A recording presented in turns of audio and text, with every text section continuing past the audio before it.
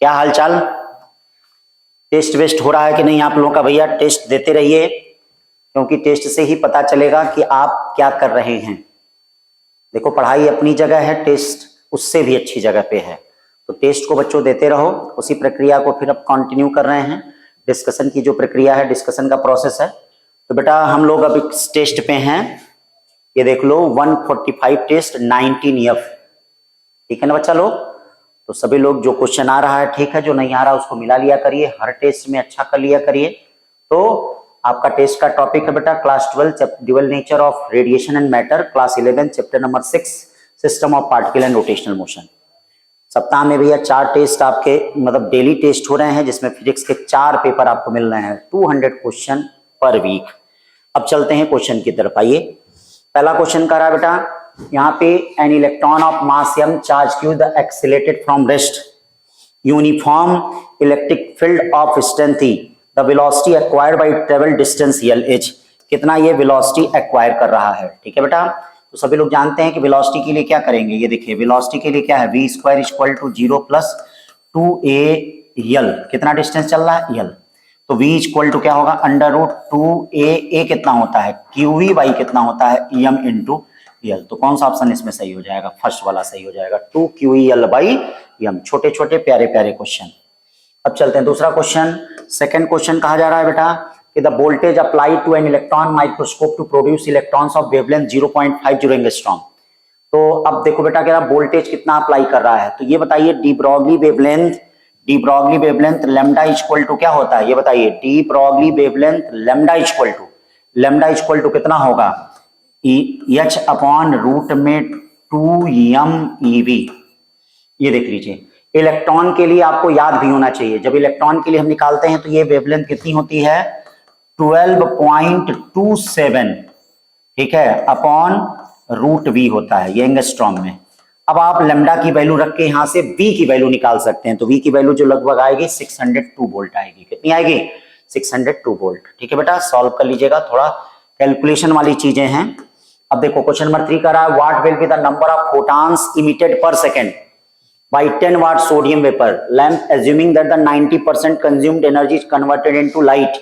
मतलब 90% लाइट, आप जानते हैं फोटॉन केवल और केवल लाइट के कारण होता है। तो ये बताओ, अगर ये 10 वाट का है तो 10 वाट का 90% कितना हो जाएगा, बोल दो, 9 वाट हो जाएगा। इसका मतलब सिर्फ 9 वाट के कारण होगा। ठीक है, अब आपको निकालना क्या, नंबर ऑफ फोटॉन। पावर क्या होता है बताओगे, NH C upon lambda T, मतलब n बाई टी पूछ रहा था, n बाई टी क्या होगा बोलो, P लैम्डा अपॉन HC। अब सब रख के कैलकुलेट कर लो, P लैम्डा अपॉन HC रख के कैलकुलेट कर लो। जब P लैम्डा अपॉन HC रख के कैलकुलेट कर लोगे तो 0.27 इंटू 10⁻20 आएगा। ठीक है बच्चा लोग, फिर आगे बढ़ते हैं, कैलकुलेशन करिए थोड़ा। अब देखिए, ये बड़ा प्यारा क्वेश्चन है। ठीक है, करा an electron of mass m and charge are initially of rest. एक इलेक्ट्रॉन है, देखिए, अब mass m and charge are initially of rest, gets accelerated by a constant electric field E, the rate of change of de Broglie wavelength of this electron at time t। तो बोलो lambda equal to कितना होता है, बोल दो, h by mv होता है। अब बोलो v में देखो टाइम छिपा हुआ है, तो lambda equal to h upon mv कितना हो जाएगा, 0 प्लस 80 यानी 80 हो जाएगा। क्यों, काइनेमेटिक्स अप्लाई करेंगे ना, v इक्वल टू रेस्ट से चल रहा है 80। अब बताइए, H equal to m e by m into T हो जाएगा। ये देखिए, m कट गया। रेट ऑफ यानी d लैम्डा अपॉन dt निकालेंगे, तो d lambda upon dt 1 by T का कितना हो जाएगा, माइनस h बाई e और क्या, t का स्क्वायर। तो देख लीजिए भाई, डिफरेंशिएशन किया है, दोनों तरफ टाइम के रिस्पेक्ट में डिफरेंशिएट करेंगे। तो दोनों तरफ अगर टाइम के रिस्पेक्ट में डिफरेंशिएट कर रहे हैं तो d lambda upon dt equal to minus h upon e t square, तो माइनस h बाई टी का स्क्वायर। फोर्थ का कौन सा हो जाएगा, ए वाला हो जाएगा। चलो आगे चलते हैं, अब फोर्थ के बाद 5 पे चलते हैं। 2 मोनोक्रोमेटिक लाइट, बड़ा प्यारा क्वेश्चन। देखिए, 2 मोनोक्रोमेटिक लाइट है, बीम्स ए एंड बी। देखिए बीम्स क्या दिया गया, A and B, equal intensity I. देखिए equal intensity I hits a screen, the number of photons hitting the screen by beam A is twice that by a beam B, then what interference you about their frequency. तो ये बताओ, intensity होता क्या है, power upon area. Power क्या होता है बेटा, पावर होता है एनर्जी, ये देखो N1 फोटान हो गए, इसको आप क्या कर सकते हो, Na लिख सकते हो, Na लिख सकते हो, H न्यू ए अपॉन एरिया छोड़ दो, और I2 क्या हो गया, I2 हो गया NB H न्यू बी हो गया। ये देखो दोनों आपस में बराबर है, हम नहीं कर रहे हैं, क्वेश्चन कह रहा है। ये देखो I1 और I2 आपस में बराबर हैं, तो Na nu A equal to क्या हो गया, NB बेटा न्यू बी। अब देखो क्या कह रहा है, the number of photon hitting the screen by beam is twice that of B, मतलब Na जो है NB का ट्वाइस है। अब देख लो तुम्हें क्या आएगा, देख लो NB न्यू बी, ये देखो न्यू बी कट गया, न्यू बी कट गया, यानी 2 nu A equal to nu B, 2 nu A equal to nu B, यानी ए वाला ऑप्शन सही, यानी 5 का कौन सा सही है, ए वाला। ठीक है भाई, 6 पे आ जाते हैं। 6 देखिए क्या है, बड़े simple question. When a surface 1 centimetre thick, कितना है, 1 centimetre thick, is illuminated with the क्या, light of wavelength lambda, the stopping potential is V not, but when the same surface is illuminated by light of wavelength 3 lambda, the stopping potential is V naught by 6, the threshold wavelength of metal surface। तो आप जानते हैं भैया stopping potential के लिए क्या formula होता है, EV नॉट क्या होता है, ये देखिए EV not equal to HC upon कितना लैम्डा, माइनस क्या पूछ रहा है, threshold, HC upon lambda naught कह रहा है। अब वेवलेंथ कितनी हो रही है देख लीजिए, ठीक है, वेवलेंथ हो गई, ये स्टॉपिंग पोटेंशियल में कोई चेंज, हाँ चेंज हो गया, और ये देखो ये इंसिडेंट वेवलेंथ कितनी हो गई, 3 लैम्डा, और ये क्या आपसे पूछ रहा है, HC बाई लैम्डा नॉट। अब दोनों इक्वेशनों को सॉल्व कर लीजिए, जब दोनों इक्वेशनों को सॉल्व कर लेंगे तो अब यहाँ पे क्या है आपका, इसका आंसर आएगा 5 लैम्डा। ठीक है ना, 6 का क्या हो गया, बी। फिर चलते हैं 7 पे, photo cell with constant potential difference of V volt across it is illuminated by point source from a distance of 25 centimetre. When the source is moved to a distance of 1 meter, the electron emitted by photo cell, ये देखिए 25 centimetre से मतलब 25 centimetre से 1 metre मतलब 4 time हो गया। तो जब आप जानते हैं कि इंटेंसिटी क्या होती है, intensity inversely proportional to D square, अगर ये डिस्टेंस 4 टाइम होगा तो ये बताओ इंटेंसिटी या करंट कितनी हो जाएगी, 1/16 टाइम्स हो जाएगी। तो 1/16 कौन सा ऑप्शन है, बी है। देखिए भाई 25 सेंटीमीटर 1 मीटर में 4 टाइम का रिलेशन है ना, तो अगर ये 4 गुना हो रहा है तो ये कितना हो जाएगा, 1/16 हो जाएगा, यानी बी वाला ऑप्शन सही होगा। कौन सा सही होगा, बी वाला। 8 चलते हैं, the figure show the variation of photo current. अब ये देखिए हमने आपको क्लास में बताया था कि अगर एक स्टॉपिंग पोटेंशियल से, ध्यान दीजिएगा, एक स्टॉपिंग पोटेंशियल से अगर कई ग्राफ शुरू होते हैं तो उनकी इंटेंसिटी अलग अलग होती है, ठीक है, लेकिन फ्रीक्वेंसी सेम होती है। तो देखो FA और FB की फ्रीक्वेंसी बराबर होगी, ठीक है, लेकिन इंटेंसिटी इनकी क्या होगी, अलग अलग होगी, जो पहला बता रहा है। ठीक, फिर हमने आपसे बताया था कई से अगर एक ग्राफ शुरू होते हैं तो उनकी फ्रीक्वेंसी अलग अलग होती है, उनकी फ्रीक्वेंसी क्या होती है, ये देखो अलग अलग। अब फ्रीक्वेंसी कोई अलग अलग दिया ही नहीं है ऑप्शन में, ठीक है, तो इसीलिए कौन सा ऑप्शन सही होगा, ए वाला सही होगा।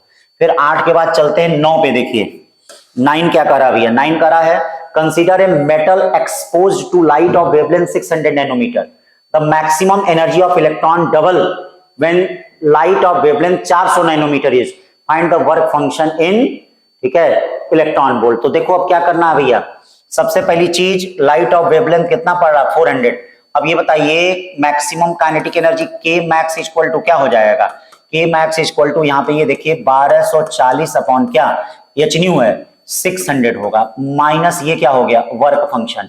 फिर उसके लिए के मैक्स क्या हो रहा है बेटा, डबल हो रहा है 2k मैक्स, और ये देखिए 1240 नैनोमीटर में आप जानते हैं ये आंसर इलेक्ट्रॉन वोल्ट में आएगा 400 नैनोमीटर। अब वर्क फंक्शन क्या, इन दोनों को डिवाइड कर दीजिए, इन दोनों को डिवाइड कर देंगे तो 9 का आपका कौन सा आ जाएगा, सी वाला आ जाएगा, ठीक है ना। दोनों इक्वेशन को, एक एक इक्वेशन को समझिए।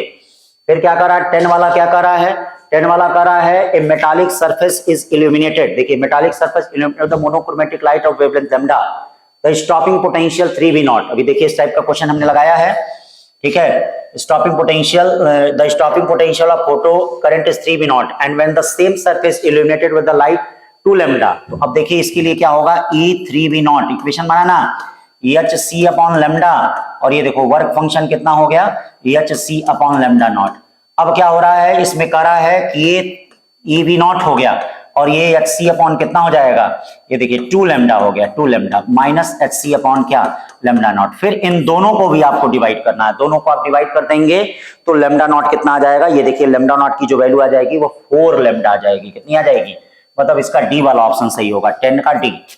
11 आ जाइए, क्या करा बेटा 11, intensity of incident light increase the number of photo electrons emitted per unit area, सही करा है। आप जानते हैं कि नंबर ऑफ फोटो इलेक्ट्रॉन्स जो होता है directly proportional to intensity of light होता है, सही करा है। More intensity of light means more energy per unit time. आप जानते हैं कि इंटेंसिटी क्या होता है, पावर अपॉन एरिया। देखिए इसका मतलब आप जानते हैं नंबर ऑफ इलेक्ट्रॉन जो होता है directly proportional to intensity of light होता है। चलो भैया बहुत सही। और आप जानते हैं कि इंटेंसिटी क्या होता है, पावर अपॉन एरिया। पावर क्या होता है, एनर्जी अपॉन टाइम एरिया। तो ये बताओ अगर क्या हो रहा है, मोर इंटेंसिटी लाइट मींस क्या, एनर्जी पर यूनिट एरिया ये ज्यादा होगा। तो इसका मतलब फर्स्ट सही है, सेकंड सही है, और इसका बी ऑप्शन होगा। क्या होगा, बी ऑप्शन होगा, ठीक है ना। हाँ तो इसको सही कर लेना, बी ऑप्शन। फिर 12 वाला देखिए, 12 क्या करा बेटा, the relative velocity of two photons travelling in the opposite direction is the velocity of light. मतलब देखिए कह रहा है relative velocity of two photon travelling in the opposite direction is the velocity of light. अब देखिए दो photon की जो रिलेटिव वेलोसिटी होती है वह क्या होती है, relative velocity u minus v upon 1 minus 2 uv upon कितना होता है, c का स्क्वायर होता है। कितना होता है, u minus v 1 minus sorry ये uv अपॉन कितना होता है, c का स्क्वायर। ठीक है, ये रिलेटिव वेलोसिटी होती है। अब लाइट के कंपैरिजन में जब भी हम करते हैं तो ये बताइए अगर अपोजिट डायरेक्शन में है तो अगर u को हम c रखते हैं तो v को माइनस c रखना पड़ेगा। तो माइनस c रखेंगे तो ये देखिए प्लस c हो गया, u को c रखेंगे v को माइनस c रखेंगे तो 1 प्लस सी स्क्वायर अपॉन सी स्क्वायर हो जाएगा। ये 2c अपॉन 2 हो गया, जो 2 2 कट गया इसका मतलब c हो गया, यानी a वाला क्या हो गया, सही हो गया। The relative velocity of two photon travelling in opposite direction is the velocity of light, सही है। The rest mass of photon zero, मतलब फोटॉन का रेस्ट मास क्या है, जीरो है, सही है। तो अलग अलग बातों को बता रहे हैं, मतलब फर्स्ट भी सही है, सेकंड भी सही है, यानी इसमें बी वाला ऑप्शन सही है। कौन सा ऑप्शन सही है, बी वाला ऑप्शन सही है, ठीक है ना। देखना 13 देख लीजिए क्या कर रहा है, बड़ा अच्छा question. The energy of photon is equal to the kinetic energy of proton. Energy of photon is equal to the kinetic energy of proton. The energy of photon is energy of, then the lambda 1 be the de Broglie wavelength of proton and lambda 2 be the de Broglie wavelength of photon, the ratio of lambda 1 and lambda 2। तो ये देखो lambda 1 किसका, ये lambda 1 proton का क्या होता है, ये देखो प्रोटॉन का क्या होता है, lambda 1 equal to h upon √2m e होता है। और ये देखो lambda 2 फोटॉन का क्या होता है, आपको पता होगा फार्मूला, lambda 2 फोटॉन का क्या होता है, E equal to H C by lambda. तो lambda equal to H C by कितना हो गया, E, H C by E। अब E में रूट E से भाग दोगे तो क्या आएगा, E पे हाफ आएगा, दोनों को डिवाइड करोगे तो इसका मतलब 13 का क्या हो जाएगा, B हो जाएगा। फार्मूले याद करिए, बिना फार्मूलों के कुछ होने वाला नहीं है। In photo electric effect match the following column, ठीक है चलिए match the following column. Frequency of incident light is increase, तो आप जानते हैं कि स्टॉपिंग पोटेंशियल फ्रीक्वेंसी पे डिपेंड करता है, A का 2 हो गया। Intensity of incident light is increase, अब क्या करें, इंटेंसिटी अगर इंक्रीज करेंगे तो क्या, नंबर ऑफ दिया ही नहीं है तो आप एक ये टिक कर सकते हैं, बी का फर्स्ट, स्टॉपिंग पोटेंशियल में इंक्रीज, में मतलब में कुछ भी हो सकता है ना, में का मतलब हो भी सकता है नहीं भी हो सकता है, में भी, तो इसीलिए बी को 1 टिक किया जा सकता है। Work function of metal is increase, आप जानते हैं वर्क फंक्शन अगर पढ़ाएंगे तो इसका मतलब फोटो इफेक्ट में स्टॉप, फोटो इलेक्ट्रिक स्टॉप हो सकता है, क्या हो सकता है, तो इसका मतलब सी का क्या है, 3। अब ये कौन सा सही है, ये सी वाला सही है। कौन सा सही है, सी वाला। 15 पे चलते हैं भैया, 15 क्या कर रहा है, work function of copper is greater then the work function of sodium. ठीक है भैया, वर्क फंक्शन जानते ही तुम लोग क्या होता है, W equal to h nu naught होता है। तो वर्क फंक्शन ऑफ किसका, कॉपर का, ग्रेटर देन किसका कह रहा है, greater than work function of sodium. Sodium का मतलब क्या हो गया, Na, क्या हो गया। तो ये बताओ अगर वर्क फंक्शन ज्यादा होगा तो फ्रीक्वेंसी भी अलग अलग होगी, लेकिन ये क्या कह रहा है, फ्रीक्वेंसी सेम कह रहा है, ठीक है ना। तो इसका मतलब असर्शन गलत है। रीजन कह रहा है frequency is inversely proportional to wavelength, सही। तो इसका मतलब assertion is true but reason is false, यानी 15 का सी हो जाएगा, 15 का सी। फिर देखिए इसमें 16वां, the de Broglie wavelength of molecule very inversely proportional to square root of temperature. जाहिर सी बात है, lambda equal to H upon क्या होता है रूट में 3m/kT। और फिर the root mean square velocity of molecules depends on the temperature, यानी VRMS इक्वल टू √3RT/m होता है, 3RT या मतलब 3KT जो भी होता है। तो यहाँ पे क्या कर सकते हैं, root mean square velocity depends on the temperature, ठीक है ना भाई। तो यहाँ पे क्या है, बोथ असर्शन और रीजन यहाँ पे क्या लग रहे हैं, करेक्ट लग रहे हैं, मतलब असर्शन भी सही लग रहा है, रीजन भी करेक्ट लग रहा है, ठीक है ना भाई। हाँ, but reason is not correct explanation of assertion, तो आप इस पे बी पे टिक कर सकते हैं। किस पे टिक कर सकते हैं, बी पे। फिर आ जाइए 17 क्या कह रहा है, the threshold wavelength for photo electric emission for a material is 5200 angstrom. Photo electrons will be emitted when this material is illuminated with the monochromatic radiation from। तो अब देखिए इसमें हम चेक करेंगे, ये देखिए ये जो वेवलेंथ है, आप जानते हैं अल्ट्रावायलेट का वेवलेंथ जो होता है वह क्या होता है, अल्ट्रावायलेट का वेवलेंथ 100 एंगस्ट्रॉम से लेके ये क्या होता है 4000 एंगस्ट्रॉम तक होता है। बोलो भैया। और इंफ्रारेड का भैया कितना होता है जरा बताइएगा। इंफ्रारेड का होता है ये 7000 एंगस्ट्रॉम से लेकर, ठीक है, कितना मिलीमीटर तक होता है, ये ना होता है। तो ये बताइए, आप जानते हैं कि अगर वेवलेंथ क्या होगा 5200 से ज्यादा होगा, there is no emission of electron. इसका मतलब वेवलेंथ 5200 से कम होना चाहिए। अब 5200 से कम होने का मतलब वो कौन हो सकता, अल्ट्रावायलेट, यानी ए और बी तो गया काम से, गया भैया। अब 50 वाट अल्ट्रावायलेट लैंप है, 2 वाट अल्ट्रावायलेट लैंप है, ठीक है। तो इसमें चेक कर लीजिए, तो ये किसके आसपास आएगा, इसी के आसपास आएगा, ठीक है ना। हाँ, पावर इक्वल टू Hc/λ से चेक कर लीजिए। तो 17 के बाद ये देखिए 18 बड़ा प्यारा क्वेश्चन कह रहा है कि भैया string of negligible thickness is the wrapped several times around the cylindrical kept on the rough horizontal surface. A man is standing at distance Lm, चलिए भैया Lm, from the cylinder holds one end of the string and pulls the cylinder towards him. There is no slipping anywhere length. The string passes through the hand is man while the cylinder each has hand. ये बताइए जब ये role कर रहा है तो यहाँ पे वेलोसिटी कितनी होती है, 0, यहाँ v होती है, तो यहाँ 2v होती है। ये बताओ टॉप मोस्ट पॉइंट पे अगर वेलोसिटी डबल होती है तो लेंथ भी इसका क्या हो जाएगा, डबल हो जाएगा। क्या हो जाएगा, डबल हो जाएगा। तो इसमें कौन सा होगा, 2l हो जाएगा। क्या हो जाएगा, 2l, ठीक है ना। फिर उसके बाद चलते हैं 19 बड़ा प्यारा क्वेश्चन है। A motor of an engine rotating about its own axis with angular velocity 100 revolution per minute। ये देखिए angular velocity omega equal to क्या होता है 2πf, या 2π फ्रीक्वेंसी कितनी दी गई है 100 बाई कितनी दी गई है 60, 0 से 0 कट गया, यानी क्या हो गया 10π बाई कितना हो जाएगा 3, ये रेडियन पर सेकेंड हो जाएगा, ठीक है। Comes to rest in 15 second, t equal to कितना दिया है 15 second. Being switched off, assuming constant angular direction, what are the number of revolution made by before coming to rest। तो आप जानते हैं नंबर ऑफ रिवॉल्यूशन निकालने के लिए थीटा यानी इक्वल टू थीटा अपॉन 2π करना पड़ता है। तो हमको देखिए टी मालूम है, ओमेगा मालूम है, चुपचाप हम क्या निकाल लें, थीटा। क्या निकाल लें, क्यों भैया और कुछ तो नहीं है ना, चुपचाप हम क्या कर लें, पहले हम थीटा निकाल लें। तो अब ये बताइए ओमेगा मालूम है, टी मालूम है, तो अब हमारे पास कौन सा फार्मूला है, फाइनली वह क्या कर रहा है, रुक जा रहा है। फाइनली वह देखिए, फाइनली वह रुक जा रहा है। तो फाइनली रुक जा रहा है, तो पहला काम हम इसमें करते हैं कि यहां से हम पहले निकाल लेते हैं क्या, थीटा।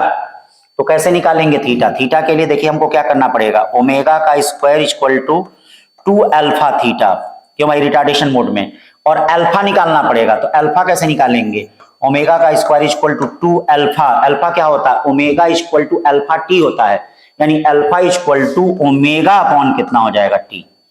ये देखिए थीटा हो गया, ठीक है ना, ये देखिए ऐसे हो गया। तो इसका मतलब क्या करना पड़ेगा, थीटा इक्वल टू क्या होगा, ये देखिए ओमेगा टी अपॉन कितना 2 हो गया, हो गया कि नहीं, ओमेगा टी अपॉन कितना हो गया 2 हो गया। देखिए थीटा निकल गया, ओमेगा टी अपॉन 2, ओमेगा की वैल्यू रखिए, टी की वैल्यू रखिए 2। अब उसमें थीटा जब निकलेगा तो थीटा में क्या करिए, उसको डिवाइड कर दीजिए, डिवाइड कर देंगे तो ये लगभग कितना आएगा 12.5 आएगा, ठीक है ना। ध्यान से देखिएगा एक 19 के बाद 20 क्या कह रहा भैया, a wheel has angular acceleration 3 and initial angular speed इतना, in time of 2 second it has rotate through an angle, कितना घूम रहा है। तो आप जानते हैं थीटा इक्वल टू क्या होता है omega naught T plus half alpha T का स्क्वायर। ये बताइए ओमेगा नॉट कितना है, ओमेगा नॉट 2 है, टी कितना है 2, हाफ अल्फा कितना है 3, टी का स्क्वायर कितना है 2 का स्क्वायर। सॉल्व कर दीजिए, 20 का कौन सा आएगा भैया, बी वाला आएगा। कौन सा आएगा, फार्मूलों को देख रहे हैं ना कौन सा यूज होगा। 20 के बाद 21 देखिए, बड़ा प्यारा क्वेश्चन, ठीक है। किस कह रहा है बेटा, यहाँ पे लीनियर मास डेंसिटी वेरी कर रही है। देखो लीनियर मास डेंसिटी क्या है, देख लो क्वेश्चन में वेरी कर रही है। आओ ठीक, कैसे वेरी कर रही है, के एक्स टू पावर, कह रहा है कि सेंटर ऑफ मास क्या होगा। तो आप जानते हैं कि जब मास वेरिएबल करता है तो centre of mass x c m equal to क्या होता है, ये देखिए x dm upon integration of dm होता है। आप डीएम निकालना जानते हैं, डीएम क्या होता है, रो, ध्यान दीजिएगा, रो डीएक्स होता है। डीएम क्या होता है, रो डीएक्स होता है। तो अभी बताइए डीएम इक्वल टू रो है कितना, के एक्स बाई एल पे कितना एन डीएक्स। चलिए यहां रख देते हैं, तो यहां रखेंगे तो क्या हो जाएगा, इंटीग्रेशन ये के एल टू पावर एन बाहर आ जाएगा, x to power n plus one dx upon कितना हो जाएगा, जीरो से लेके एल तक लिमिट जाएगी, जीरो से लेके एल, ये देखिए के अपॉन यहां भी क्या है, k upon l to power n बाहर आ गया, x to power n dx बचेगा। तो ये देखिए कट गया। अब इंटीग्रेशन करेंगे तो एक्स टू पावर ये क्या आ जाएगा, n plus two upon N plus कितना हो गया, टू।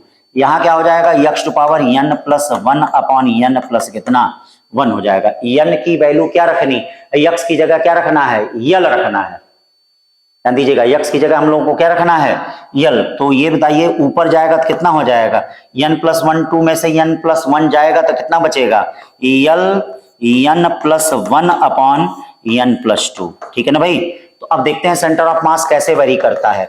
ठीक है, जब देखिए एन कैसे है, एन यहाँ पे जीरो है, पहले एन जीरो है, तो चलिए एन की वैल्यू जीरो रखते हैं। तो जब जीरो रखेंगे तो ये देखिए कितना आएगा, एल बाई टू आएगा। एन की वैल्यू जीरो रखिए, देखिए एल बाई टू। अब देखिए कहां तक एन जा रहा है, एन इनफाइनाइट तक जा रहा है। कहां तक जा रहा है, तो अब जब एन की वैल्यू इनफाइनाइट रखेंगे तो थोड़ा ध्यान देना, डायरेक्ट इनफाइनाइट नहीं रखते हैं हम, ऐसा देखते हैं क्योंकि जब इनफाइनाइट रखेंगे तो देखो इनफाइनाइट अपॉन इनफाइनाइट आ रहा है। तो इसके लिए हम क्या करते हैं, यल एन कॉमन कर लिए, one plus one by n, यहां भी देखो एन कॉमन कर लिए, one plus two by n रखा गया। अब देखो एन से एन कट गया, अब एन की वैल्यू इनफाइनाइट रखेंगे, वन बाई इनफाइनाइट जीरो, यहां रखेंगे वन बाई इनफाइनाइट जीरो, क्या बचेगा, यल। तो जब यल की वैल्यू इनफाइनाइट है तो एक्सीएम कितना हो रहा है, यल। अब बताओ इसमें कौन रिप्रेजेंट कर रहा है, कौन रिप्रेजेंट कर रहा है, डी वाला ऑप्शन रिप्रेजेंट कर रहा है। कौन सा, डी वाला। तो 21 का कौन सा हो जाएगा भैया, डी। 22 देखिए क्या कर रहा है भैया, 22 कर रहा है body A of mass m while falling vertically downward under gravity breaks, क्या कर रहा है, ब्रेक कर रहा है, break into two parts, a body B of mass m by 3 and body c of mass 2m by 3। The center of mass of body B and C taken together shift compared to that of body। तब देखिए system पर external force zero है, और बच्चा जब भी external force zero होता है तो इसका मतलब there is no movement in क्या, सेंटर ऑफ मास। इसका मतलब centre of mass does not shift, क्या करेगा, डज नॉट शिफ्ट। 23 क्या कर रहा है बेटा, 23 देखिए क्या कर रहा है, 23 कर रहा है wheel has mass of rim इतना, हैविंग 50 स्पोक्स। देखिए कितने स्पोक्स हैं, ये देखिए व्हील बना हुआ है, टिटिक टिटिक टिटिक टिटिक 50 स्पोक। बड़ा प्यारा क्वेश्चन है, बहुत अच्छा, 50 स्पोक है इस तरह से। The radius of wheel is 40 cent, the moment of inertia, मतलब सेंटर ऑफ मास के थ्रू पूछ रहा है। तो अब देखो यहाँ मोमेंट ऑफ इनर्शिया क्या हो जाएगा, पहले 50 रॉड का भी होगा, और किसके थ्रू, एंड के थ्रू होगा। बोलो किसके थ्रू, एंड का होगा। तो मोमेंट ऑफ इनर्शिया 50 रॉड का कितना होगा, 50, एक रॉड का कितना होगा, 1/3 ml स्क्वायर। क्यों भैया, इस रॉड को अगर एंड के थ्रू ऐसे घुमाते हैं तो 1/3 ml स्क्वायर। और प्लस रिंग का भी होगा, रिंग का सेंटर ऑफ मास के थ्रू कितना होता है, व्हील, व्हील को रिंगन माना जाता है, हाँ रिंग ही माना जाता है, व्हील है, हाँ तो व्हील है, तो व्हील का भी होगा, तो वह प्लस कितना हो जाएगा, ये हो जाएगा हाफ mr स्क्वायर। कितना हो जाएगा, हाँ दोनों को देख लीजिए, हाँ सॉरी रिंग है ना, हाँ तो रिंग को mr स्क्वायर। अब इन सबको रखेंगे, सॉल्व करेंगे तो देखो क्या आएगा, 23 का आंसर कौन सा आएगा, सी वाला आएगा। ठीक है, थोड़ा कैलकुलेशन है देख लेना भाई। 50 स्पोक का, एक स्पोक का क्या होगा सेंटर ऑफ मास के 3, 1/3 ml स्क्वायर। फिर उसी तरह से इसका कितना होगा, रिंग का कितना होगा, ml स्क्वायर, इसको कर लो, बाकी सब मालूम ही है, कैलकुलेट कर लो। फिर इसके बाद देखो ये बड़ा प्यारा क्वेश्चन है बेटा, ये देखो 4 रॉड लगाया गया है। कितना रॉड लगाया गया है, एक नहीं, दो नहीं, तीन नहीं, कितना, 4। तो 4 रॉड का सबसे पहले सेंटर ऑफ मास के थ्रू मोमेंट ऑफ इनर्शिया निकाल लीजिए। बोले भैया 4 रॉड का सेंटर ऑफ मास के थ्रू मोमेंट ऑफ इनर्शिया निकाल सकते हैं आप, कितना आएगा, बोलिए 4 रॉड का, एक रॉड का सेंटर ऑफ मास के थ्रू 1/3 ml स्क्वायर आएगा। तो 4 रॉड का कितना आएगा, ये देखिए सेंटर ऑफ मास के थ्रू निकाल लीजिए, यहां से जैसे इसके थ्रू मालूम है ml²/12, इसके थ्रू निकालेंगे तो चारों रॉड का सेंटर ऑफ मास के थ्रू मोमेंट ऑफ इनर्शिया कितना आ जाएगा, ये देखिए चारों रॉड का सेंटर ऑफ मास के थ्रू मोमेंट ऑफ इनर्शिया कितना आ जाएगा, ये देखिए 4, सेंटर ऑफ मास के थ्रू कितना है ml²/12 प्लस ml²/2, ये सब जोड़ेंगे तो कितना आ जाएगा 4/3 ml², ये L/2 होगा यानी 4 हो जाएगा, 4/3 ml²। अब क्या कह रहा है, सेंटर ऑफ मास के थ्रू मोमेंट ऑफ इनर्शिया पता चल गया, इसके थ्रू निकालना है, तो बताओ ये डिस्टेंस कितनी होगी, स्क्वायर है L/√2 होगी, कितनी होगी। अब फिर थियरम ऑफ पैरेलल एक्सिस लगा दो, क्या लगा दो, थियरम ऑफ पैरेलल एक्सिस। तो ये बताओ थियरम ऑफ पैरेलल एक्सिस लगाओगे तो आई ये जो दिया गया है ये इसके थ्रू आई क्या होगा ICM, देखिए ICM प्लस मास 4m लेना भैया, मास कितना लोगे 4m और यहां से यहां तक की डिस्टेंस कितनी हो जाएगी L/√2 का होल स्क्वायर। ये बताओ ICM कितना है 4/3 ml² और ये कितना है 4/2 ml²। इसका मतलब क्या हो जाएगा 4/3 और 2 ml² प्लस 2 ml², यानी कितना हो गया 3 दूनी 6 4 10 10/3। कोई ऑप्शन नहीं आ रहा क्या, कुछ गड़बड़ हो गया क्या भाई। 4 रॉड हैं, 4 a moment of inertia of system of 4 rods each of length L and mass m about the axis shown तो 4/3 ml², नहीं कुछ गड़बड़ भैया, ये देखिए 4m है, कितने मास हैं 4m है, सेंटर ऑफ मास के थ्रू निकाल लिया गया पूरे सिस्टम का 4m ये है L/√2 का मतलब क्या हो गया L²/2, ठीक है L²/2, ये देखो कितना हो जाएगा 2 बच गया, 3 दूनी 6 4 10 10/3 ml² आ रहा है, ये तो 10/3 ml² आ रहा है। The moment of inertia of system of 4 rods each of length L and mass m about the axis shown ICM, ठीक है चेक कर लेना बेटा, इसमें देख लेना क्या कहीं कुछ गड़बड़ आ रहा है, फिर अगले पे हम चलते हैं, ठीक है।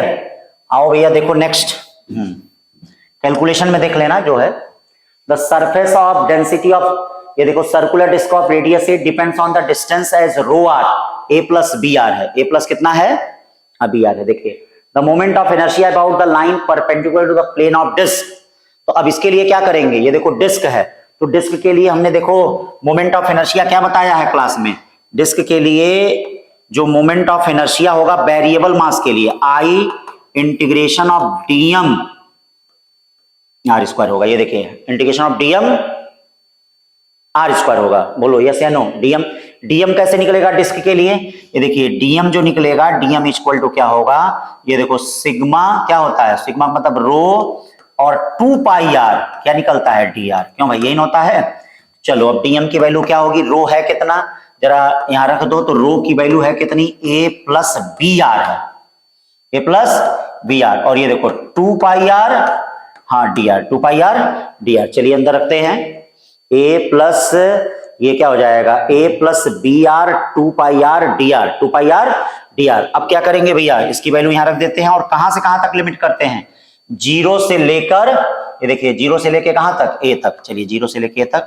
dm की वैल्यू है क्या a प्लस br 2πr, ये देखिए 2πr dr, ठीक है dm r², ये किसकी वैल्यू हो गई, ये dm की वैल्यू हो गई r²। अब r² को अंदर मल्टीप्लाई करेंगे, ये देखिए 0 से a अंदर मल्टीप्लाई करेंगे तो कितना हो जाएगा, ये देखो 2πa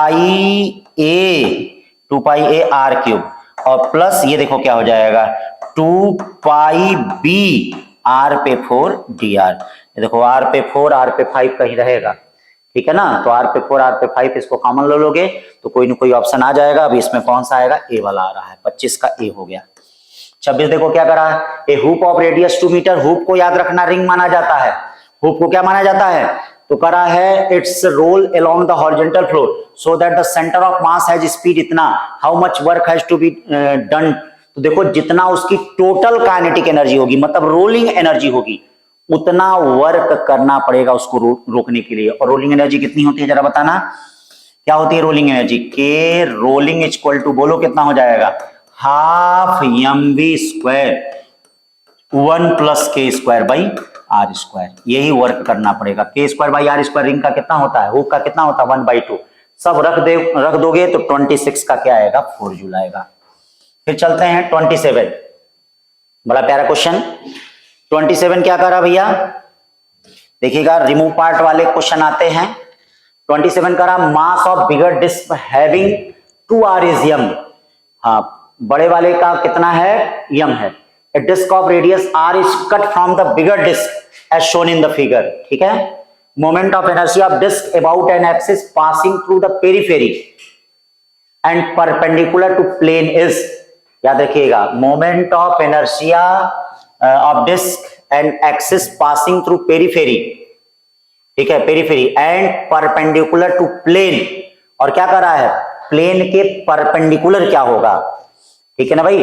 अब देखो इसके लिए क्या करेंगे हम, कौन सा कॉन्सेप्ट अप्लाई करेंगे, कट पार्ट का मोमेंट ऑफ इनर्शिया सभी लोग जानते हैं, ये देखिए रिमेनिंग पार्ट का, तो रिमेनिंग पार्ट के लिए मैंने क्लास में बताया आई क्या करेंगे होल पार्ट का, ठीक है। The mass of bigger disc have radius 2r, a disk of radius r is cut from the bigger disk as shown in the figure, moment of inertia disk about an axis passing through periphery and perpendicular to plane, और plane के क्या है perpendicular है। चलो भैया perpendicular to plane, तो इसका मतलब पहले हम क्या करेंगे जो भी पॉइंट लेंगे, ठीक है, ये क्या है होल पार्ट का मोमेंट ऑफ इनर्शिया निकालेंगे, क्या निकालेंगे, और फिर उसके बाद हम क्या करेंगे कट पार्ट का मोमेंट ऑफ इनर्शिया लेंगे, ठीक है, यानी गिवन पॉइंट के थ्रू, ये देखिएगा गिवन पॉइंट, गिवन, अब इसमें भी यही करेंगे, कट पॉइंट का भी किसके थ्रू लेंगे गिवन पॉइंट के थ्रू, जिसके थ्रू मोमेंट ऑफ इनर्शिया निकालना है। एक बात हमेशा याद रखिएगा, जब भी इनके क्वेश्चनों को करिएगा तो एक चीज जरूर ध्यान देना, किसके थ्रू निकाला जा रहा है, किसके थ्रू फाइंड किया जा रहा है। तो यहां क्या होगा I remaining, I whole given minus I cut given, I cut given हो जाएगा, तो आई कट गिवन।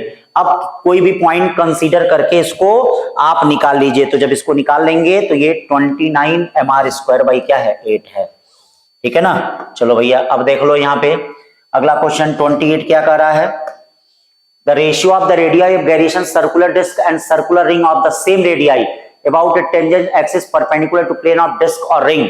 अब देखो ये देखो, ठीक है, डिस्क और रिंग, तो डिस्क का ये देखो इसके थ्रू मोमेंट ऑफ इनर्शिया क्या होता है पता है, हाँ इसके थ्रू कितना होता है 3/2 mr स्क्वायर, भाई फाइंड करना पड़ेगा।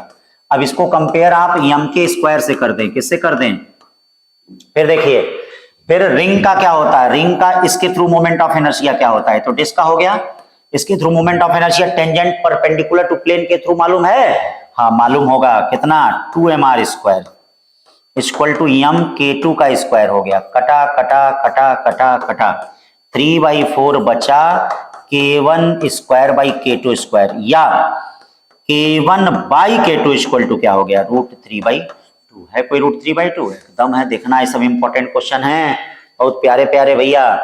28 के बाद 29 चलते हैं, इसमें देखिए क्या हो रहा है भाई, जब इस Q को शिफ्ट किया जा रहा है तो उस दशा में भैया Ix और Iy दोनों डिक्रीज करने हैं, जिस वजह से Iz भी डिक्रीज करेगा, यानी बी वाला सही है, कौन सा सही है बी वाला। फिर इसमें चलते हैं भैया 30 क्या कर रहा है, 30 कर रहा consider uniform square plate of side A, consider uniform square plate side A and mass m, ये देखिए ये दिया है, हाँ ठीक है, about an axis perpendicular to its plane and passing through one of the corner, इसके थ्रू मोमेंट ऑफ इनर्शिया पूछ रहा है।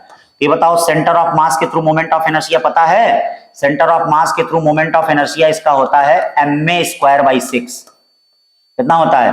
अब बताओ इन दोनों एक्सिस में कितनी डिस्टेंस है a/√2, तो इसके थ्रू मोमेंट ऑफ इनर्शिया निकालने के लिए थ्योरम ऑफ पैरेलल एक्सिस का यूज करोगे, तो बोलो I इक्वल टू क्या हो जाएगा ICM plus ma square by 2, यानी क्या हो जाएगा ma square by 6 plus ma square by 2, यानी कितना हो जाएगा, कितना हो जाएगा, ठीक है, इसको कैलकुलेशन करना, 3 3 1 4 4/6 ma स्क्वायर, यानी 2/3 है कोई, हाँ एकदम है डी वाला होगा, 30 का डी। 30 के बाद 31 देखिए क्या है, 31 कह रहा भैया the centre of mass of two particle, कह रहा है कि नहीं, system lies on the line joining of two particle being closer to heavier particle, एकदम सही कह रहा है, centre of mass shift towards heavier mass. ये देखिए मान लीजिए m1 है, ये m2 है, तो सेंटर ऑफ मास किधर, मान लीजिए इससे r1 डिस्टेंस पे है, इससे r2 डिस्टेंस पे है। फिर this is because product of mass of one particle and distance from the centre of mass numerically equal to product of mass of other particle and distance from, हाँ सही कह रहा है, क्योंकि ऐसा इसलिए होता है कि m1 r1 equal to m2 क्या होता है r2, मतलब फर्स्ट भी सही है, सेकंड भी सही है और फर्स्ट सेकंड का करेक्ट एक्सप्लेनेशन भी है। तो 31 का क्या हो जाएगा ए। 32 देख लीजिए क्या कर रहा है, the centre of mass of an electron and proton where release moves faster towards proton. अब सुनो भैया, ये देखो रिलीज हो रहे हैं, रिलीज होने का मतलब उनकी वेलोसिटी क्या होगी, जीरो। तो जब वेलोसिटी जीरो होगा तो इसका मतलब सिस्टम पे कोई एक्सटर्नल फोर्स नहीं है, बोलो। जब एक्सटर्नल फोर्स नहीं है तो उनका velocity of centre of mass heavier की तरह नहीं लगेगा, उनका centre of velocity of centre of मास भी जीरो होगा। जीरो का मतलब कांस्टेंट होगा। This is because proton is heavier. अब देखिए स्टेटमेंट फर्स्ट तो सही है, स्टेटमेंट सेकंड अब इससे रिलेटेड नहीं है, क्योंकि देखिए वीसीएम कांस्टेंट रहेगा, वीसीएम क्या रहेगा, इसीलिए सॉरी स्टेटमेंट फर्स्ट फॉल्स है, क्योंकि वीसीएम कांस्टेंट रहेगा। और ये क्या है, अब ये लाइन अगर हटा दी जाए तो खाली ये देखा जाए कि प्रोटॉन इज हैवियर, तो इसका मतलब तब स्टेटमेंट सेकंड सही हो सकता है, तब जाके डी फॉलो करेगा। तो थोड़ा सा क्वेश्चन क्या है, कंफ्यूजन बेस्ड है, तो हम डी इसको मान रहे हैं, ठीक है ना। सेकंड रीजन की वजह से बस हुआ है, ठीक है। ये क्या करा, 33 a thin horizontal circular disc is the rotating, ये देखिए about a vertical axis passing through its center, insect is at rest at a point near the rim of disk. The insect now moves along the diameter of disk to reach the other end. During the journey of insect, the angular speed of disk, अब देखिए angular speed of disc क्या हो जाएगा, ध्यान दीजिएगा। देखिए आप जानते हैं कि जैसे जैसे इंसेक्ट ऐसे चलेगा, ये बताइए इंसेक्ट चलेगा तो आर उसका घटेगा, आर घटेगा तो आई क्या होता है, एम आर स्क्वायर होता है। अगर आर घट रहा है तो आई भी घटेगा, और आई घटेगा तो ओमेगा बढ़ेगा, यानी omega first increase, omega first increase. बाद में क्या होगा, अब देखो बाद में जब इधर जाएगा, देखो इधर जाएगा यहां से, तो आर क्या करेगा, इंक्रीज करेगा, इसलिए आई भी इंक्रीज करेगा, और ओमेगा क्या होगा, डिक्रीज। तो omega first increase then decrease, यानी कौन सा ऑप्शन, सी वाला ऑप्शन, कौन सा ऑप्शन, सी वाला ऑप्शन। अब आ जाओ 33 के बाद 34। 34 क्या कर रहा है, particle of mass 5 gram is moving with uniform speed, कैसे मूव कर रहा है, uniform speed. v equal to कितना हो गया भैया, 3√2, y इक्वल टू कितना 2√5 सेंटीमीटर पे, और किस स्पीड से मूव कर रहा है भाई, मास कितना है 5 ग्राम। तो कह रहा है कि भाई मैग्नीट्यूड ऑफ एंगुलर मोमेंटम ग्राम पर सेंटीमीटर स्क्वायर पर सेकंड में निकाल, ग्राम सेंटीमीटर पर सेकंड में निकालना है। तो ये बताओ एंगुलर मोमेंटम जैसे ये मूव कर रहा है ऐसे, तो ये बताओ angular momentum L equal to mvy हो गया, सबको मल्टीप्लाई करोगे तो 30√10 आएगा, कितना आएगा 34 का 30√10। 35 देखो बड़ा प्यारा क्वेश्चन, 35 का uniform disc of radius and mass m rotating freely with the angular speed omega. तो मान लो कोई डिस्क है, इससे मूव कर रहा है, ठीक है, तो ये बताओ I1 क्या हो गया, ओमेगा 1 हो गया। फिर कह रहा है a particle also of mass m suddenly attach to the rim, यहां देखिए रिम से अटैच हो गया, तो अब क्या होगा, एंगुलर मोमेंटम कंजर्व होगा, तो I2 ओमेगा 2। पहले केस में कितना होगा, क्या है डिस्क है तो mr²/2 होगा, और ये ओमेगा। बाद में क्या हो जाएगा, ये देखिए डिस्क का भी होगा, और प्लस जो मास रखा गया सेंटर ऑफ मास के थ्रू उसका भी मोमेंट ऑफ इनर्शिया ओमेगा 2। अब क्या हो जाएगा 1 + 1/2 3/2, यानी omega t equal to omega by 3, यानी बी वाला ऑप्शन है, कौन सा है, बी वाला। 36 देखो भैया, 36 बड़ा simple question, the Broglie wavelength of an electron accelerated by voltage, यानी लैम्डा इक्वल टू क्या निकालोगे, किसका पूछ रहा है, इलेक्ट्रॉन का, 12.27 अपॉन √v करोगे, क्या करोगे, डायरेक्ट रख देना, आंसर आ जाएगा। 36 का कौन सा आ रहा भैया, 36 का कैलकुलेट करना, कैलकुलेट √v रखोगे 50 का करीब 7 आएगा, 7 मतलब 1 पॉइंट कुछ आना चाहिए, क्या आना चाहिए, 36 का बी वाला है, ठीक है। ये देखिए यहीं से डायरेक्ट आपका आ सकता है, फार्मूला याद रहे बस, ये ध्यान रहे, जितना याद रहेगा उतना अच्छा। फिर देखो 37, ये 1 किलो इलेक्ट्रॉन वोल्ट है, इसको सॉल्व कर लीजिए। 37 का इस टाइप के क्वेश्चन हो गए, अल्ट्रावायलेट रीजन में आ रहा है बी वाला। 38 देखो क्या कर रहा है, 38 भी सिंपल क्वेश्चन है। 38 करा इलेक्ट्रॉन और एक्सिलेटेड थ्रू इतना करा, वोल्टेज को 4 भी कर दिया जा रहा है, क्या कर दिया जा रहा है, the Broglie wavelength lambda E lambda P for electron and protons, ठीक है। तो ये बताइए लैम्डा इलेक्ट्रॉन कितना हो जाएगा, H upon under root 2m, ठीक है, एम ई और एम ई बी हो जाएगा। क्यों भैया, इन होता है ई बी होता है। लैम्डा प्रोटॉन कितना हो जाएगा, H upon under root 2m p e, अब 4b हो गया कि नहीं। ठीक है, the electron accelerated through potential इतना, प्रोटॉन से इतना। अब दोनों का रेशियो ले, तो दोनों का रेशियो लेंगे तो ये आ जाएगा 2 टाइम्स का आ जाएगा। ठीक है ना। अब चलते हैं इसके बाद 38 के बाद 39 क्या कर रहा है। 39 बड़ा प्यारा क्वेश्चन, दो स्टेटमेंट हैं। पहला क्या कर रहा है, सुन लो ध्यान से। कह रहा है the metallic surface is the irradiated by monochromatic light of frequency nu greater than nu not, the threshold frequency, the maximum kinetic energy and stopping potential K max and V not respectively. If the frequencies ran on the surface is double, both the k max and v naught also. देखिए double नहीं होता, more than double होता है। ऐसे कई question आ चुके होंगे। क्यों ऐसा होता है, क्योंकि भैया रिलेशन क्या होता है, k max equal to h nu minus, ये बगल में ये भाई साहब रहते हैं कि नहीं, जिसके कारण अगर ये डबल करोगे तो डबल नहीं होगा, मोर देन डबल होगा। इसीलिए स्टेटमेंट फर्स्ट क्या है, रॉन्ग है। स्टेटमेंट फर्स्ट इसका रॉन्ग है। अब क्या है भैया, इसके साथ अब स्टेटमेंट फर्स्ट इसका रॉन्ग है। अब ध्यान देना है स्टेटमेंट सेकंड पे ध्यान देना है। The maximum kinetic energy and the stopping potential of photo electrons emitted from a surface linearly depend on the frequency of incident light. Maximum kinetic energy linearly depend on the करा, linearly नहीं है भैया।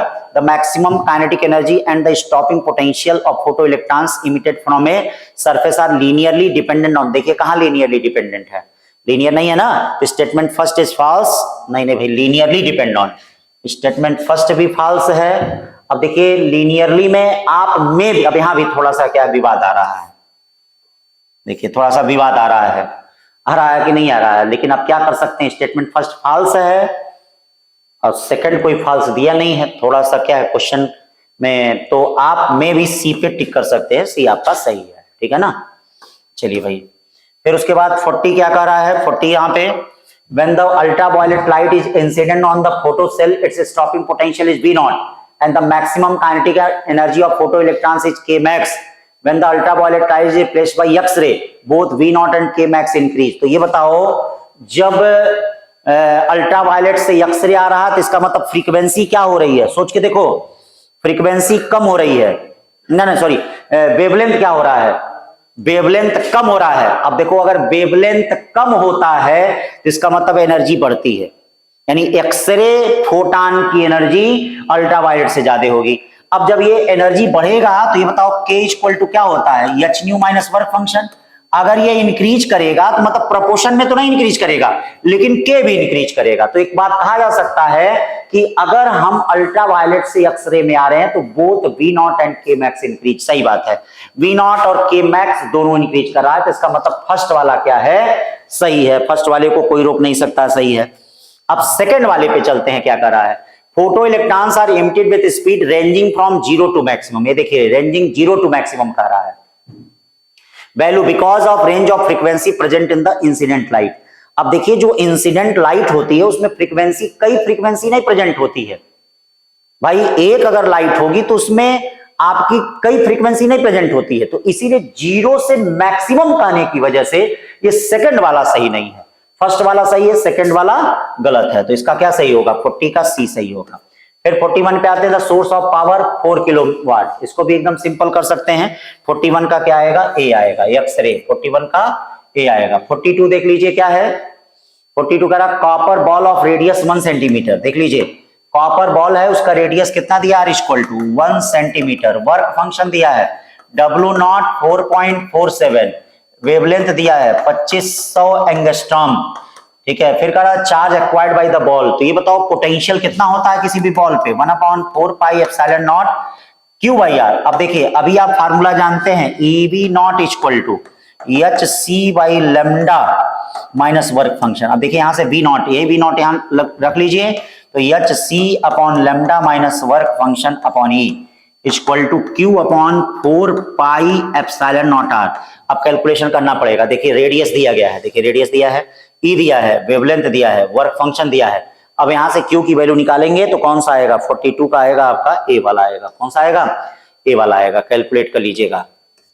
43 देखिए भाई, 43 क्या कर रहा है, an electron is moving with the initial velocity v equal to v naught i cap in magnetic field. आप जानते हैं मैग्नेटिक फील्ड में किसी भी चार्ज पार्टिकल की क्या स्पीड कांस्टेंट होती है, बताइए स्पीड कांस्टेंट होता है, तो lambda equal to h by क्या है mv। अगर स्पीड कांस्टेंट होगा तो इसका मतलब वेवलेंथ रिमेन कांस्टेंट, यानी 43 का कौन सा होगा ए। अब आते हैं 44 क्या कर रहा भैया, 44 कर रहा है ये ग्राफ v और 1 बाई लेमडा के बीच का दिया है। ये बताइए क्या रिलेशन होता है, ev not equal to H C by lambda, H C by lambda minus minus minus minus work function. ये बताइए v not equal to H C by E lambda minus work function. अब देखिए v not equal to H C by E, ये slope हो गया 1 by lambda minus work function. तो अब आप देख रहे हैं कि भैया स्टॉपिंग मतलब स्लोप इसका क्या आ गया, एच सी बाई ई आ गया, ठीक है। तो ये इसी को तो टेन थीटा कहते हैं, तो टेन थीटा ही एच सी बाई ई होता है ना, तो इसीलिए सी वाला सही है, ठीक है। और भी दिया है देख लेते हैं, रेशियो ऑफ वर्क फंक्शन। तो वर्क फंक्शन क्या होता है, एच सी अपॉन लेमडा होता है, तो वर्क फंक्शन का रेशियो 1/1 इंटू 1/2 1/4 आएगा। ये 4:2 नहीं होगा, 4:8:1 होगा, तो ये गलत है। रेशियो ऑफ वर्क फंक्शन, ठीक है, ये तो एकदम गलत है, 4:8:1। The violet colour light can eject photo electrons from the 2 and 3। अब देख लेते हैं वायलेट कलर की वेवलेंथ कितनी होती है, 4000 एंगस्ट्रॉम। याद करो विजिबल लाइट कहां से कहां तक होता है, विजिबल लाइट क्या होता है 4000 से 7000, तो ये वायलेट पहले ही आ जाएगा ना। तो अगर मान लीजिए जिसकी वेवलेंथ क्या है 4000 से कम होगी वह इमिट होगा, जो 4000 से ज्यादा होगा वह इमिट नहीं कर पाएगा। तो ये बताओ 1/0.01 का मतलब क्या होता है, ये 10,000 एंगस्ट्रॉम हो गया, कितना हो गया 1/2 का मतलब क्या होता है, ये देखो 5000 एंगस्ट्रॉम हो गया। ये देखो 1/4 का मतलब क्या हो गया, ये 2500 एंगस्ट्रॉम हो गया। तो बोलो कौन इमिट करेगा, बोलो, ठीक है कौन। ये देखिए न 1 होगा न 2 होगा, केवल 3 वाला होगा, क्योंकि 3 वाला ही 4000 से कम है, तो न 1 होगा न 2 होगा। ऐसा कोई ऑप्शन दिया है नहीं, 2 और 3 दे दिया, इसीलिए डी भी गलत है, केवल सी सही है। समझ रहे हो ना बच्चा, बहुत अच्छा क्वेश्चन। अब देखो भैया बड़ा अच्छा क्वेश्चन, टी शेप का एक ऑब्जेक्ट है, करा है find the location P with respect to C, जहां पे भैया ट्रांसलेटिव मोशन करे। तो ये लोकेशन कहां होगा, उसके सेंटर ऑफ मास पे होगा। और सेंटर ऑफ मास को कैसे निकालोगे, यहां से ले लो कोऑर्डिनेट 0 0, ये पूरा 2l लेंथ का, तो इसका सेंटर ऑफ मास का कोऑर्डिनेट कितना होगा, बोलो, इसका होगा 0, l। ये देखो इसका सेंटर ऑफ मास यहां होगा, तो इसका कोऑर्डिनेट कितना होगा 0, 2l होगा। अब एक्सीएम तो रहेगा नहीं, एक्सीएम क्या हो गया 0 हो गया, YCM रहेगा, तो YCM क्या होगा, नीचे वाले का मास 2m इंटू यल, ऊपर वाले का मास m इंटू 2l अपॉन कितना हो जाएगा 3m। अब इसको सॉल्व कर लीजिए, सॉल्व कर लेंगे तो क्या आ जाएगा 4/3l आएगा। 45 देखिए क्या कर रहा है, a ring and disc having the same mass, एक रिंग है और डिस्क है जिसका मास सेम है, roll without slipping with the same linear velocity, roll कर रहा है। If the kinetic energy of ring is 8 joule, that the kinetic energy must be, अच्छा डिस्क का पूछ रहा है, तो काइनेटिक एनर्जी मतलब, काइनेटिक एनर्जी का मतलब यहाँ टोटल एनर्जी क्या हो जाएगा, ये बताओ, टोटल एनर्जी मतलब रोलिंग एनर्जी, रोलिंग एनर्जी हो जाएगा हाफ mv²। ये किसका हो गया भैया, ये हो गया the kinetic energy of ring का 1 + k²/r²। ये कितना हो जाएगा, k²/r² रिंग का कितना होता है 1, तो ये क्या हो जाएगा हाफ mv² इंटू 2, 1 + 1 कितना होता है 2 होता है, इक्वल टू कितना दे दिया है, ये 8 जूल दे दिया, इक्वल टू कितना दे दिया 8 जूल। अब देखो के टोटल एनर्जी डिस्क का क्या होगा, हाफ mv², 1 + 1/2, 1 + 1/2 का मतलब हाफ mv², 3/2, ये कितना हो जाएगा k डैश, ये कट गया, दोनों को डिवाइड करिए, ये क्या आ गया 4/3 equal to 8 upon k dash, 4 से 2 चला गया, k से 6 चला गया, 6 जूल, कितना जूल होगा 6 जूल। 47 देखिए क्या करा भैया, करा कि 2 cylinder hollow and other with the same mass identical dimension allowed to roll without slipping, ठीक है। तो रोल करना है तो ये बताओ टाइम कितना होता है रोलिंग का, 1/sin θ रूट में 2h/g, और ये देखिए 1 + k²/r², तो इसका मतलब time of descent directly proportional to 1 plus k square by क्या होता है, आर स्क्वायर। ये बताओ time of descent k square by r square किसका ज्यादा होता है, हॉलो सिलेंडर का। तो इसीलिए t hollow is greater than t क्या होगा, सॉलिड। तो बताइए the solid cylinder which the bottom inclined plane first, एकदम सही करा, असर्शन सही है। रीजन क्या कर रहा है, by the principle of conservation of total kinetic energy of body both the cylinder are equal when they reach the bottom. अभी बताओ टोटल काइनेटिक एनर्जी में क्या हो जाएगा, तो ये देखिए रोल करते हुए आ रहे हैं, सरकते हुए तो आ नहीं रहे हैं। अगर सरकते हुए आते हैं तो दोनों की काइनेटिक एनर्जी समान होती, तो रोल करते हुए आ रहे हैं तो रोल करते हुए बॉटम पे एक की कितनी काइनेटिक एनर्जी होगी, half m v square 1 plus k square by r square. अब बताओ अगर रिंग के लिए, अगर हॉलो सिलेंडर के लिए रखोगे तो के स्क्वायर बाई आर स्क्वायर 1 आएगा, सॉलिड सिलेंडर के लिए रखोगे तो के स्क्वायर बाई आर स्क्वायर 1/2 आएगा। तो क्या बताओ दोनों बराबर है, नहीं, असर्शन सही है और रीजन क्या है, फॉल्स। नहीं, assertion is true, reason is false, C वाला ऑप्शन। ठीक है, कौन सा, सी। 47 के बाद 48 देख लो, बड़ा प्यारा क्वेश्चन करा है। मास m supported by massless, mass m है supported by massless string wound around a uniform hollow cylinder of mass m and radius r. If the string does not slip on the cylinder, with what acceleration will be mass fall on the release? तो अब देखिए इसके लिए क्या होता है, इसके लिए सबसे पहले देख लीजिए एनएलएम लगाइए, mg ऊपर है, टेंशन ये है, तो एनएलएम लगाएंगे तो क्या होगा, mg minus t equal to क्या, m में। चलिए पहला इक्वेशन हो गया। दूसरा आप देखिए, ये देखिए ये क्या है आपका हॉलो सिलेंडर है, तो इसके लिए टॉर्क का प्रिंसिपल लगाइए। तो टॉर्क के लिए क्या होगा, ये देखो टॉर्क के लिए टेंशन लग रहा है और आर लग रहा है, T into R equal to I alpha, T into R, I क्या हो जाएगा, हॉलो सिलेंडर है, हॉलो है तो एम आर स्क्वायर, अल्फा कितना हो जाएगा, A बाई आर। ये देखिए क्या हो जाएगा, T इक्वल टू एम में। चलिए T इक्वल टू एम में रख देते हैं, यहाँ T इक्वल टू एम में रख देते हैं, तो एम जी माइनस एम में इक्वल टू एम में, या A इक्वल टू कितना हो जाएगा, G/2।